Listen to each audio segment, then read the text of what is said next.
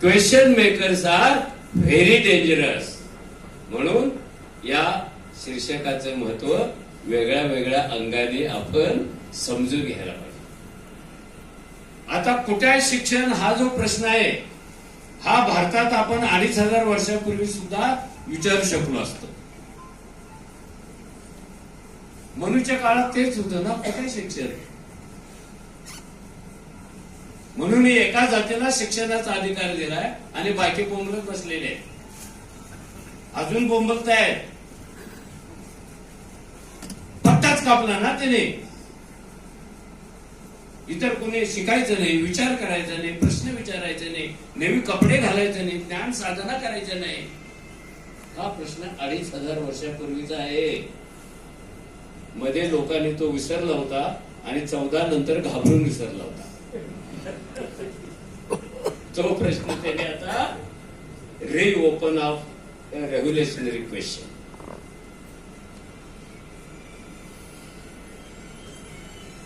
हे का घडलं? मी ह्याच्या प्रस्तावनेमध्ये एक प्रसंग टाकलेला आहे लॉर्ड माउंटबॅटनचा. आणि आपला कोणताही शिक्षक लॉर्ड माउंटबॅटन हा शब्दच लिहू शकत नाही. का झालं मला नाही माहिती, पण लिहितात. तो कोण होता इथेपर्यंत जाऊच नाही, कारण ते म्हणतील हे सिलेबस मध्ये नाही. अरे जग इतकं मोठं आहे दादा, इतकं मोठं दादा, ते 2 मार्काच्या सिलेबस मध्ये बसणार नाही आहे. ते शोधायचं असेल तर रोज सिलेबसच्या बाहेर उडी मारायला पाहिजे, जसं राजकुमार मारतो. सिलेबस मध्ये काय असतं हे ज्ञानदान आहे ना, हे एकदा डोक्यातून काढून टाका. भारतात कुणी ज्ञानदान करत नाहीये. हात वर करून सांगावं मी ज्ञानदान करून आलो. इथे ज्ञानदान केलं जात नाही, इथे माहितीचं दान केलं जातं. आणि ज्ञान आणि माहिती ह्याच्यामध्ये 2 कोसाचा अंतर आहे. Information and knowledge. विनाकारण वेगळे शब्द आहेत का? हे नॉलेज कोण द्यायला लागलं? आणि माहिती पावला पावलावर आहे. मोबाईलच्या पडद्यापासून ते पुस्तकापर्यंत, गाईड पर्यंत माहिती सगळीकडे उपलब्ध आहे. गाईला 4 पाय असतात. ही माहिती आहे की ज्ञान आहे? माहिती 1 2 3 4. आपण त्याला ज्ञानदान म्हणतो का? कावळा कावकाव करतो. माहिती आहे की ज्ञान आहे? माहिती आहे. Then where is knowledge? Where is knowledge? Knowledge कावकावच्या पलीकडे. मग हे असं आपल्याकडे का घडलं? त्याचं उत्तर लॉर्ड माउंटबॅटन, जो शेवटचा आपला गव्हर्नर जनरल आहे, व्हायसरॉय आहे. 15 ऑगस्टला आपण स्वातंत्र्य मिळवणार आणि 14 ऑगस्टला त्यांनी सूत्र दिली नेहरूंच्या ताब्यामध्ये आणि तो शेवटची प्रेस कॉन्फरन्स घ्यायला बाहेर आला. लॉर्ड माउंटबॅटनचं अजून एक वैशिष्ट्य होतं, माहिती आहे तुम्हाला? सांगू नका, सार्वजनिकरित्या खाजगीत सांगा, जसं मी खाजगीत बोलायला लागलो. त्याचं वैशिष्ट्य काय होतं? त्याची बायको लय देखणी होती, lady Mountbatten. So beautiful lady. तो बोलत होता लॉर्ड आणि पत्रकार प्रश्न विचारत होते. आपल्या पत्रकारांचं पण एक लफड आहे. ते आयुष्यभर प्रश्नच विचारत फिरतं, उत्तर कशाच देत नाही. 40 वर्ष काढली देवा, उलट्या व्हायला लागल्या प्रश्न विचारून विचारून. तेच प्रश्न. सरकार टिकणार की पडणार? हा फुटणार की नाही फुटणार? तिकीट मिळणार की नाही मिळणार? पाऊस कधी पडणार? हे त्याचे प्रश्न. पत्रकारांनी उतावीळपणे असा एक प्रश्न लॉर्डला विचारला. हे बघा कधी विचारलं. 15 ऑगस्टला स्वातंत्र्य मिळणार आहे आणि 14 ऑगस्टला पत्रकार प्रश्न काय विचारतो? बाय द वे लॉर्ड, तुम्ही जे स्वातंत्र्य देता हे किती दिवस टिकणार आहे? अरे अजून लग्नच झाले नाही तर घटस्फोट कधी घ्यायला असा प्रश्न विचारला ते. तुम्ही पत्रकार होतो, मी पण होतो. दुर्दैव आपलं, आयुष्यात काहीच जमलं नाही मला. सरकारी नोकरी करायची नाही असं ठरवले, ते अपॉइंटमेंट लेटर फाडून टाकले होते मी. नाही मला व्हायचं, मला प्रायव्हेट मध्ये पण नोकरी करायची नाही. मला फक्त पत्रकारच व्हायचं होतं, कारण पत्रकारितेला मी सोशल मुवमेंट समजत होतो, तेच करायची होते मला. बाकी कुठे गेलो नाही. So back to law. हे स्वातंत्र्य किती दिवस टिकणार? आणि लॉर्ड तो ब्रिटिश माणूस आहे, मुरब्बी माणूस आहे. ब्रिटिश माणूस कमी बोलतो, ओठातल्या ओठात बोलतो. तो काय बीड सारख्या माणसाशी बोलत नाही. बोलू नको म्हटलं तरी बोलतात लोक, कमी बोल म्हटलं तरी जास्त बोलतात लोक. आणि त्यांच्यासमोर प्रश्न पडतो, साला बोलायचंच नाही तर आयुष्याचं काय होईल भाऊ? ब्रिटिश बघा कधी बोलताना असं ओठ त्यांचं उंच होत नाही, ते भारतीयांचं होतं. शाळेतल्या पोराला विचारलं आत येताना मे आय कम इन सर म्हणायचं, ते कसं म्हणतं, मे आय कम इन सर. आणि जबडा खाल वर होतो. आणि ब्रिटिश पोरगा असेल तर may I come in sir, water please. हे लय बोंबलतं आपलं, कारण त्याला पहिल्यांदा इंग्रजी येत असतं. लॉर्ड म्हणाला, जोपर्यंत या देशातल्या माणसाचा रेल्वे आणि पोस्ट या दोन गोष्टींवर विश्वास आहे, तोपर्यंत या देशातल्या स्वातंत्र्याला काही होणार नाही. आणि आता कॉम्रेड हातात एक झेंडा घ्यायचा, कुणाच्या तरी घोषणा द्यायच्या, बिन तिकिटाचं रेल्वेत घुसायचं, संडास मध्ये टंबरेल असेल तर ते ताकद लावून ओढायचं. आता त्याला रेल्वे कुलूप घालायला लागली. डबडा संडासात किती असुरक्षित अवस्थेत आहे. जर डबडं इतकं असुरक्षित तर माणूस किती असुरक्षित. बरं झालंय का? त्यांनी सांगितलं, रेल्वे जोपर्यंत माणसाच्या विश्वासाला पात्र आहे तोपर्यंत स्वातंत्र्याला काही होणार नाही. आणि पोस्ट जोपर्यंत विश्वासाला पात्र आहे. मला अजूनही आठवतं, माझा बाप मिलिटरीत होता. 62च्या भारत चायना युद्धामध्ये त्या हातातून त्याची गोळी गेली खांद्यातून, तो परत आला. तो जेव्हा मेला तेव्हा गावाला माहितीच नव्हतं हा गोळी खाल्लेला सैनिक आहे. मेल्यानंतर 10 वर्षांनी कळलं की हा सैनिक आहे. आपल्या सैन्यावरचं प्रेम सुद्धा कसं. आणि तो जेव्हा मेला तेव्हा त्याला पेन्शन मिळत होती 7 रुपये 40 पैसे. लय लांब गाणं गात आलो कॉम्रेड मी इथे. लय लांबचा प्रवास झालाय. राग येतो व्यवस्थेचा. कोणती व्यवस्था शिकवायला लागलो आपण? कुठे पोस्ट जगलेल्या आहे आता? ज्यांच्यावर पोस्ट जगवायची जबाबदारी होती त्या सरकारनेच कुरिअर वापरायला सुरुवात केली. ज्यांच्यावर रेल्वे जगवायची जबाबदारी होती त्यांनीच अंबानीला बुलेट ट्रेन विकली. स्वातंत्र्याचं काय होणार आहे? आणि पत्रकारांनी शेवटचा दुसरा प्रश्न विचारला. मी हात जोडून विनंती करतो, सगळ्या मास्तरांनी ते वाचायला पाहिजे. 2 गोष्टी वाचायला पाहिजेत. माझं तर असं टोकाचं म्हणणं आहे, ज्यांनी महात्मा फुल्यांनी हंटर कमिशनला दिलेलं निवेदन वाचलेलं नसेल ना, त्याला मास्तरची नोकरीच द्यायची नाही. मी असतो ना राजकुमार मुलाखती घ्यायला,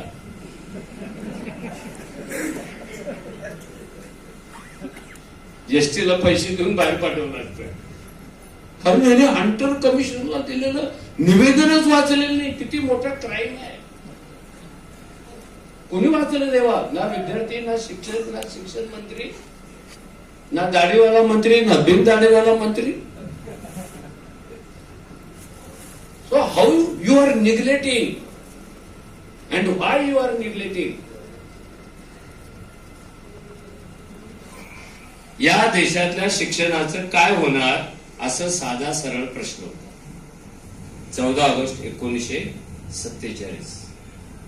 आणि त्या प्रश्नाचं उत्तर त्यांनी दिलं की आम्ही इंग्रज लोक इथे 150 वर्षे इंग्रजांना ज्या पद्धतीचे गुलाम पाहिजे ते तयार करण्यासाठी आवश्यक असणारं शिक्षण दिलं. आता हे गुलाम उद्या स्वतंत्र होणार आहेत आणि स्वतंत्र नागरिकाला कोणतं शिक्षण द्यायचं याचा तातडीने विचार सरकारने करायला पाहिजे, हे उत्तर होतं. कुणी केला 75 वर्षात? स्वतंत्र नागरिकाला शिक्षण कसं द्यायचं याचा कुणी केला?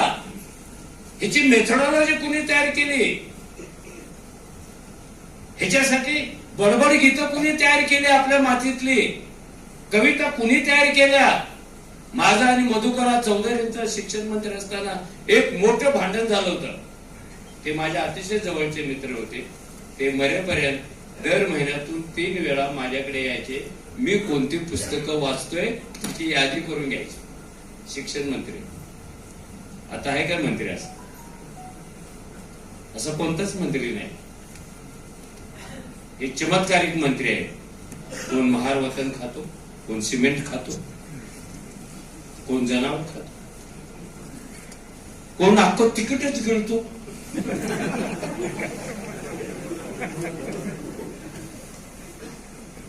नाव घ्यायची. अरे मुळात एक मोठी चूक केली आपण की 15 ऑगस्ट नंतर या देशातल्या स्वतंत्र झालेल्या नागरिकांना शिक्षण द्यायचं नाही. मी प्रश्न विचारला होता.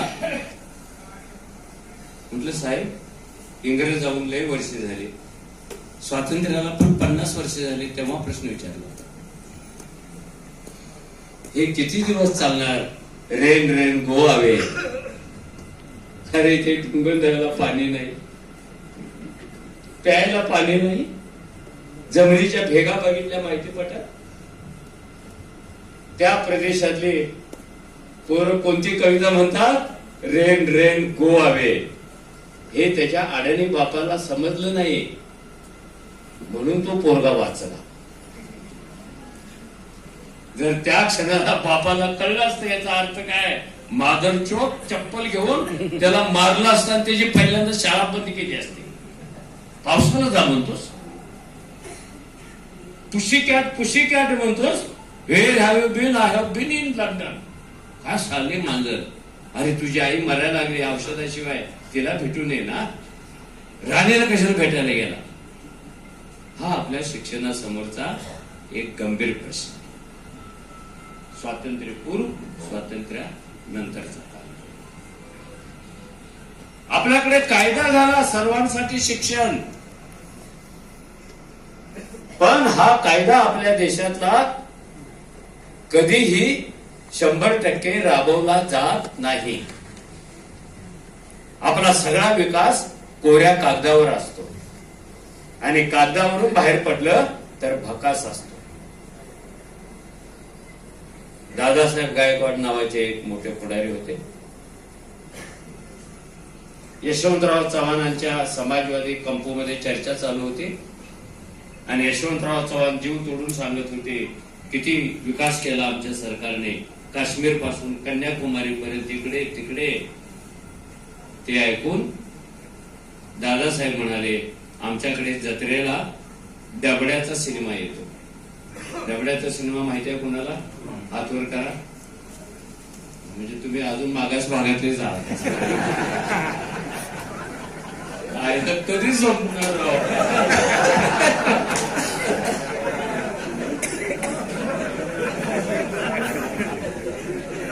अरे हो, पण आम्ही कुठे जातो सिनेमा बघायला?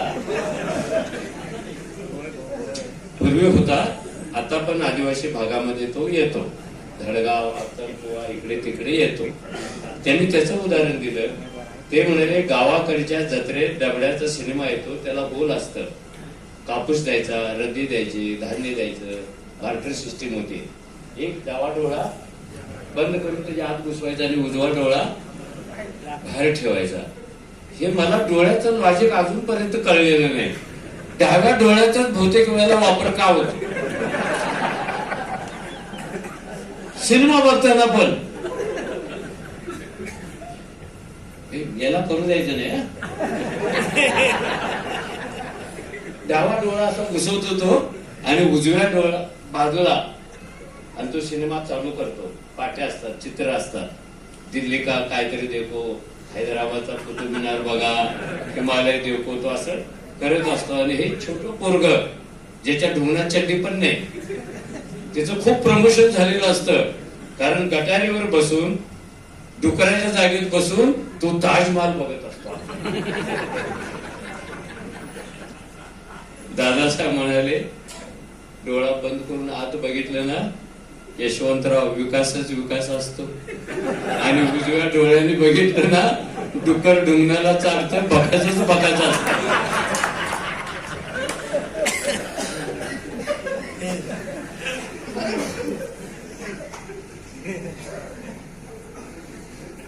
मी स्वतःला भाग्यशाली का म्हणतो?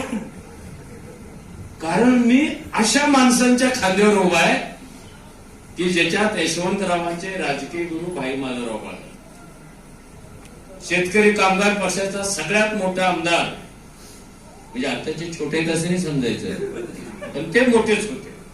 आताच्या विषयी आम्ही बोलणारच नाही, कारण देशद्रोह होतो. करायचं नाही आपल्याला. आपण सगळ्यात जास्त देशप्रेमी आहोत. कारखानीस, त्र्यंबक सीताराम कारखानीस 25 वर्षे त्यांनी नवीन आमदारांना शिकवण्याचं काम केलं. सभागृहात कसं बोलायचं लोकांनी ऐकलं, पण आता सभागृहात लोक बोलतच नाहीत. पेपर वेट टाकतात, कागद फाडतात, फायली उधळतात आणि दिवसातून 2च वेळा ते तोंड उघडतात. एकदा आळस द्यायला आणि एकदा पाणी प्यायला.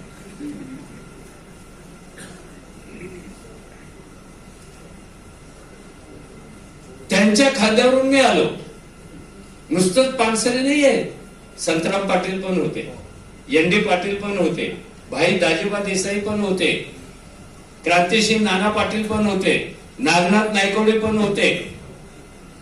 ह्या सगळ्याने मोठ्या दयेने त्यांचे खांदे मला पाय टेकवायला दिले. आणि ज्या दिवशी मी त्यांच्या खांद्यावर पाय टेकवला त्या दिवशी माझी उंची 20 फूट झाली. ही बारो केलेली आहे, आपली नाहीये, बारो केलेली आहे. शिक्षणासारख्या संवेदनशील क्षेत्राकडे पाहताना सरकारची दृष्टी उदासीन आहे. हे सरकार म्हणले की मास्तरांना खूप आनंद होतो. ठोक सरकारला, ठोक सरकारला. पण तेवढेच मास्तर पण जबाबदार आहे, तेवढेच विद्यार्थी आणि पालक पण जबाबदार आहेत. ह्या सिस्टीमला वाळवी लागलेली आहे. So back to Hunter commission. Hunter कमिशनला महात्मा फुलेंनी निवेदन दिलं आणि त्या निवेदनामध्ये शिक्षणावर 1, 2, 3 मोठे पॅरेग्राफ आहेत. काय होतं निवेदनात? ते म्हणाले, आमच्याकडचे पंतोजी शिक्षक शूद्र मुलांना, ओबीसी मुलांना, बीसी मुलांना वर्गाच्या बाहेर बसवतात आणि आपण शिकवलेलं त्यांना ऐकू जाऊ नये म्हणून हळूहळू आवाजात बोलतात. राग आला तर त्याला स्पर्श करत नाहीत, कारण विटाळ होतो म्हणून हातातले काठी फेकतात, दगड फेकतात. काय शिकवायची पद्धत होती हे आम्हाला थांबवायचं आहे. कारण शिक्षणाचं सार्वत्रिकरण करायचं, शूद्र अतिशूद्रापर्यंत न्यायचं. ते जर न्यायचं असेल तर पंतोजी शिक्षक नेमून उपयोगाचं नाही. त्याच्या जागी बहुजन समाजाचा मास्तर आणला पाहिजे. त्याला ते पोरं आपल्या रक्ताची वाटतील, आपल्या सुखदुःखाची वाटतील आणि मग तो त्यांना शिकवेल जीव लावून. नुसतंच शिक्षक आणू नका. शिक्षण खात्यातले अधिकारी सुद्धा ओबीसी यांना, बहुजन समाजातले यांना, सेक्रेटरी असेल, शिक्षण अधिकारी असेल, गट शिक्षण अधिकारी असेल, इन्स्पेक्टर असेल, मुख्याध्यापक असेल, हे सगळे बहुजन समाजातून आले ना तर मग हे आपल्या बहुजन समाजात शिक्षणाची क्रांती घडवते. महात्मा फुल्यांचं शिक्षणाचं स्वप्न काही लवकर पूर्ण झालं नाही. कधी झाले? 50 वर्षापूर्वी झालं. तसं लवकर झालं. मी आज तुम्हाला प्रश्न विचारतो, जातीवादी भूमिकेतून त्याचा अर्थ घ्यायचा नाही, व्यवस्थेच्या दृष्टिकोनातून त्याचा अर्थ घ्यायचा. समजा महाराष्ट्रामध्ये प्राथमिक शिक्षक आहेत झेडपीचे, त्याच्यात ब्राह्मण समाजातले लोक किती टक्के असतील? ब्राह्मण शिक्षक झेडपीमध्ये किती टक्के असतील? 1%.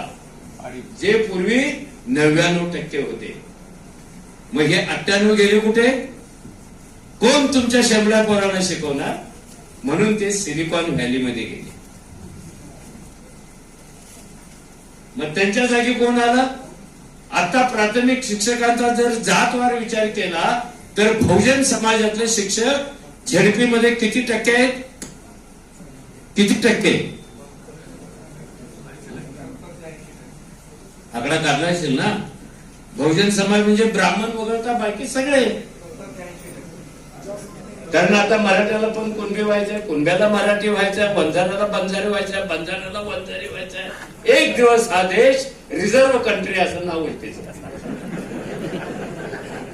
इथे ओपन काहीच नाही, सगळं क्लोज. Know open. ज्या व्यवस्थेमध्ये 98% प्राथमिक शिक्षक बहुजन समाजातले आहेत, त्यांच्या समोरचे पोरं कुठले आहेत? बहुजन समाजाचे. तिथे माझा पोरगा नाही सापडणार, तो मिशनऱ्यांच्या शाळेत गेलेला असेल. तिथे ब्राह्मण पोरगा नाही सापडणार, तो इंटरनॅशनल स्कूल मध्ये गेला असेल. याचा अर्थ शिक्षक बहुजन, मुलं बहुजन, मंत्री बहुजन, शिक्षण अधिकारी बहुजन, कितीतरी कांबळे नावाचे शिक्षण अधिकारी तुम्हाला भेटतील. माने, अमुक, तमुक, डुकरे, हे सगळे शिक्षण क्षेत्रातले अधिकारी आहेत. आता सुद्धा मी नावं कोणाची अशी विचित्र वाटत होती मला. हे बहुजन, हे सगळे शिक्षण क्षेत्रात आले. आणि शेवटचा मुद्दा, जर आपल्या देशामध्ये बहुजन मुलांना शिकवणारा शिक्षक बहुजन असेल, त्यांना कंट्रोल करणारा मंत्री बहुजन असेल, त्यांना निवडून देणारा समाज बहुजन असेल, शाळा तपासणारा अधिकारी बहुजन असेल, तर महाराष्ट्रातल्या 40% पोरांना लिहिता वाचता काय येत नाही? एक काहीतरी जरा सिरियस झालं कॉम्रेड. आता असं घडलं का? ज्या बहुजनांच्या साठी फुले आयुष्यभर झटत होते, त्याच फुल्यांचा पराभव करण्यासाठी बहुजन शिक्षक एकत्र आले. मी नाही म्हणणार बाबा उगीच देशद्रोहाचा तुला काय जातं तुझं, माझ्याकडून काही वधून नाही घ्यायचं, मी बदलणारच नाहीये. मुद्दा गंभीर आहे.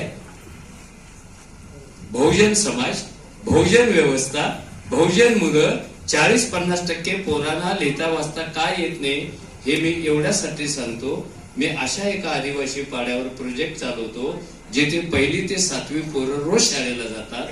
8वी पर्यंत शाळा आहे आणि मी गेल्या 1.5 वर्षापासून त्यांना स्वतःचं नाव लिहायचं कसं एवढं शिकवतो. मग उत्तर काय? सरकार बंद पडणार आहे. पडू देत ना, मग पडू देत ना.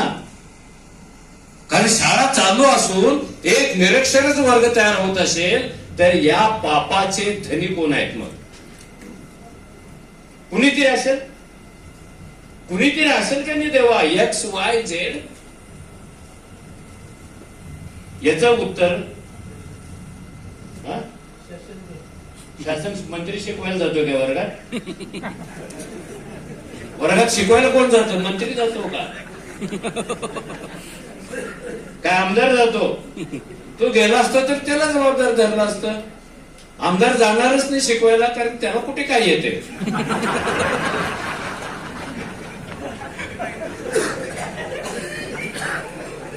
मुद्दा लक्षात घ्या, किती गंभीर प्रकरण आहे. ज्या क्षणाला ह्या निरक्षर विद्यार्थ्यांचा, त्यांच्या पालकांचा, त्यांच्या समाजाचा शिक्षणावरचा विश्वास उडेल, त्यावेळेला ह्या शाळा आपोआपच बंद होतील. कुणी विक्रीला काढायची गरजच नाहीये. आणि शाळा बंद होणं निरक्षर वर्ग तयार होणं म्हणजे तो समाज पुन्हा गुलाम होणं आहे. आपल्याला गुलाम व्हायचंय की नाही व्हायचंय एकदा ठरवा. गुलाम व्हायचंय काय तुम्हाला, किंवा गुलाम पिढी जन्माला घालायची आहे का? नाही करायचंय. राजकुमार आपल्याला ते जर करायचं नसेल तर शिक्षकांनी नीट शिकवायला पाहिजे. आपली पोरं उचलली, प्रायव्हेट मध्ये घातली आणि त्या आदिवासींची पोरं पकडली, तुला खिचडी देतो, तुला शर्ट देतो, तुला लंगोटी देतो. का बरं? तुम्ही एवढे बहादूर शिक्षक असाल तर स्वतःची पोरं झडपीच्या शाळेत का नेत नाही? याची चळवळ करायला पाहिजे, तरच शाळा जगणार आहेत राजकुमार. कोण चळवळीत भाग घेईल? हात तरी वर करा. या चळवळीत कोण भाग घेईल? कुणी नाही करत. एकटा राजकुमारचा बळी देऊन द्या, नाहीतर भाषण करायचंच होता. अजून लढा, अजून लढा. आणि हा कविता लिहित बसणार आहे. लढाई किती रम्य होती.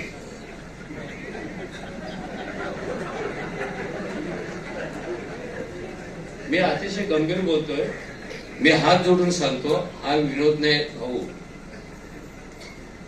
महात्मा फुले माझ्या समाजात आले नसते ना, तर हा जो उत्तम कांबळे आहे ना, हा यल्लमाला सोडला गेला असता, लुगडं घालून फिरला असता जोगवा मागत.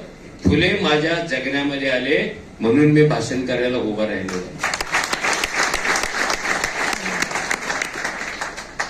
आणि मी तुम्हाला सांगू का, मलाच तुम्ही थोडा काळ जपायला पाहिजे. चला, आपले आगे पीछे आहे कोण? राजकुमारचा सत्कार करू नका, कारण हे सत्कार मला माहिती आहे. तेव्हा माझी बायको 1.5 महिन्याने रिटायर होणार आहे, तिथं चाललंय. माझ्या सत्कार समारंभाला तुम्ही या, शाळेत बंद पडेल तुझी. किती धाडशी आहे बायको. माझा विलन करणार मास्तरांच्या समोर नेऊन, आणि तू साडी चोळी आणणार तिथून.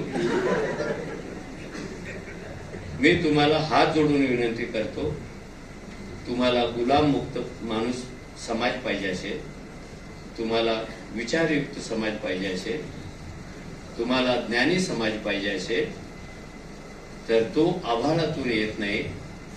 तो जो गाडा असतो तो ढकलण्यासाठी 5-50 माणसं लागतात. त्यात एक राजकुमार आहे. तुम्हाला गाडा पुढे न्यायचा असेल तर राजकुमारला जपण्याची जबाबदारी पण तुमच्यावरच आहे. जपायचं कोणी त्याला? जपणार कोण? अरे गुरुजींनी पेपर वाचायचंच बंद केलंय, पुस्तक वाचायचंच बंद केलंय. एक सर्वे सांगतो 7% शिक्षक सुद्धा पुस्तक विकत घेत नाही. आणि ते मला पटलं. काही काही वेळेला मी शाळेत कार्यक्रम असला ना, पुस्तकाचा स्टॉल लावतो. आई शपथ, एक पुस्तक पण विकलं जात नाही.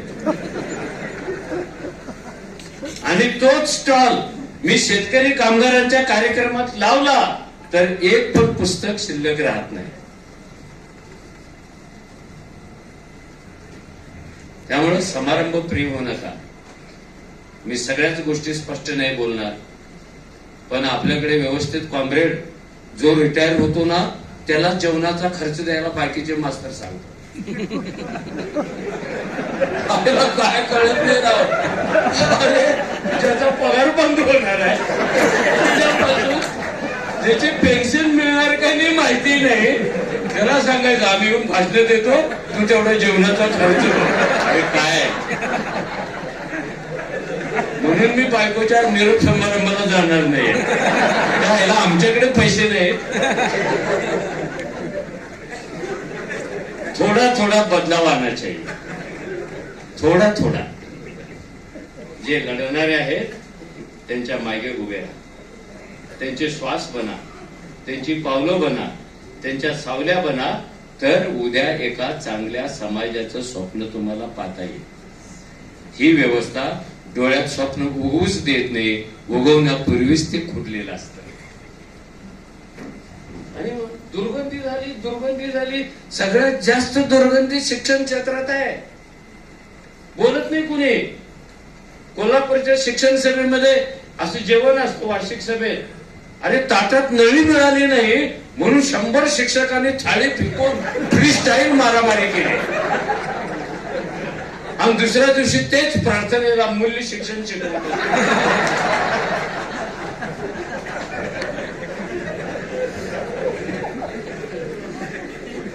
कुछ अलग करना है आणि गुलाम व्हायचं नाहीये म्हणून शिक्षणाचा विचार करायचा आहे. गुलाम व्हायचं नाही आहे. हे नोकरी बिकरी नंतरची वेळ आहे आणि मास्तरकीच्या नोकऱ्या 50 पासून कुणालाही मिळणार नाहीत. भाकी तर करतो मी, कदाचित 50ला शेवटची झेडपीची शाळा असेल. मला माहिती आहे ना, मी रात्रंदिवस तेच करतो.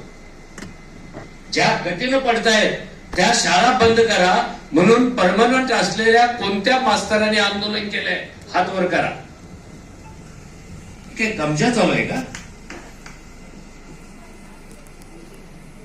निवडणुकीत कामं नको म्हणून तुमचं आंदोलन, कुत्र्याचा बंदोबस्त करणार नाही म्हणून आंदोलन. आपला पाठिंबा आहे शिक्षकांना, कारण शिक्षकांच्या प्रतिष्ठेचा आम्ही सर्वात जास्त विचार करतो. त्याला नाही कुत्र मोजायला सांगायचं. अरे मग जेवढा वेळ मिळेल तेवढा वर्गातल्या पोरांना तर शिकवा. भाऊराव पाटील काय म्हणाले, तुम्ही वाचत नाही म्हणून हे झक मारत मला सांगावं लागतं. 5 नंबर प्रकाशक.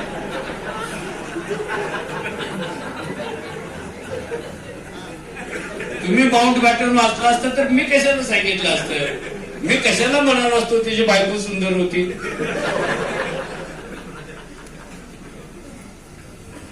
बरं झालं ती जिवंत नाही आहे हे ऐकायला. खटला भरला असता. भाऊराव पाटलांनी एक पुस्तक लिहिले, त्यांचं आत्मकथन. आणि मी भाऊराव पाटलांच्या सगळ्या शाखांमध्ये जाऊन आलेलो आहे. कुणीतरी विवेकानंद शिक्षण संस्थेचं नाव घेतलं, बापूजी साळुंखेंचं. मला बापूजी साळुंखेंच्या बरोबर 13 वर्षे राहण्याची संधी मिळालेली आहे. ज्याने जिल्हा परिषद, तालुका पंचायत, ग्रामपंचायत 3 टायर सिस्टम तयार केली ते माझे वर्ग शिक्षक होते. पी.जी. पाटील, पी.व्ही. पाटील. असं नका समजू मी कुठून तरी फाटका तुटका असं उडे झालेला आहे. मी मगाशी म्हणालो, अरे बहुत लंबे कंदे आहे. जिथे मी राहिलोय ते तुम्ही स्टॉन घेऊ शकत नाही, कारण फेविकॉल लावलेला आहे. भाऊराव पाटलांनी आपल्या शिक्षणाची दुराव्यवस्था का झाली, वर्गातलं शिक्षण का गायब झालं, ह्याच्यावर एक चांगलं वाक्य लिहिलेलं आहे. आणि हे कुठे आहे सर्वांना शिक्षण, हे तर चांगलंच लिहिलं कॉम्रेड, पण हे साने गुरुजींच्या गाण्यासारखं आहे. खरा तो एकेचे धर्म. तर गाणं गाऊन काय होत नाही राजकुमार. लिहायला हे घुसून ठोकायला पाहिजे म्हणजे काहीतरी होत. तुकारामासारखं, तुका म्हणे आयशा नरा मोजूनी माराव्या पैजा. तो करेल आता रिटायर झालेला. एक वाक्य लिहिलंय, हे सगळ्यांनी शैक्षणिक विचार म्हणून वापरायचं. ते वाक्य काय, 1907 ला माझ्या संस्थेतले सगळे गुरुजन, कारण रयत मध्ये अजूनही शिक्षकाला गुरुजी म्हणायची पद्धत आहे. आता डीएड झाल्या झाल्या गुरुजी म्हणतो आणि त्याच्या जागी असा सर उगवतो, प्राचार्यच उगवतो, प्रिन्सिपालच उगवतो. अरे गुरुजी मरतायत का आणि सर जन्माला काय येत आहे? बाई मरते का, मॅडम जन्माला काय येते? आता कुणी गुरुजी नाही, कुणी पांढरी टोपी घालत नाही, कारण पांढरी टोपी घातली की काँग्रेसवाले म्हणतात फार भगवी टोपी घालते, कारण बीजेपी मध्ये तिकीट मिळतं. तिकडे स्वच्छता मोहीम चालू आहे. गुजरात मध्ये अशी यंत्र आणलेली आहे, कितीही मोठा गुंड आणला मशीन मध्ये टाकायचं, बाहेर काढायचं, सर्टिफाईड, चेक, क्लीन असं सर्टिफिकेट द्यायचं. तो बाहेर येतो, निवडणुकीला उभा राहतो आणि निवडून येतो आणि त्याला विचारा माईक समोर, तू असं काय केलंस? तो म्हणतो एकच कारण, महाराष्ट्राच्या विकासासाठी. अरे तुला गाढवा सांगितलं कुणी? महाराष्ट्राचा विकास वॉशिंग मशीन मधून होतो, कुणी सांगितलं? एक स्टेटमेंट त्यांनी केलं भाऊराव पाटलांनी, 7ला माझ्या गुरुजनांना कामगार कायदा लागू झाला आणि कामगार कायद्याने गुरुजी मारला आणि तिथे कामगार जन्माला आला. त्यामुळं फॅक्टरी वर्कर ज्या पद्धतीनं काम करतो त्याच पद्धतीनं आपला सर काम करतो, म्हणून शिक्षणाचा उठाव होत नाही. आणि तो वर्कर आहे हे सरकारनेच कायद्याने सिद्ध केल्यामुळं वर्कर आहेत ना. गुरुजी कुठे आहेत? गुरुजी बाण संपले. तुम्ही कितीही सांगू नका माझा नवरा गुरुजी आहे, मी सांगत नाही माझी बायको अशी आहे. गुरुजी संपलेलं जग आहे. आणि आपण अपेक्षा काय करतोय? असं झालं पाहिजे, तसं झालं पाहिजे. कामगार तयार झालेले आहेत शिक्षकाच्या नावाखाली, म्हणून त्यांना कुत्र्याचा बंदोबस्त करायला होता. मॅडम, जर त्याच्यातून सुटायचं असेल तर रात्रंदिवस आपल्या काळजातला शिक्षक जिवंत ठेवला पाहिजे.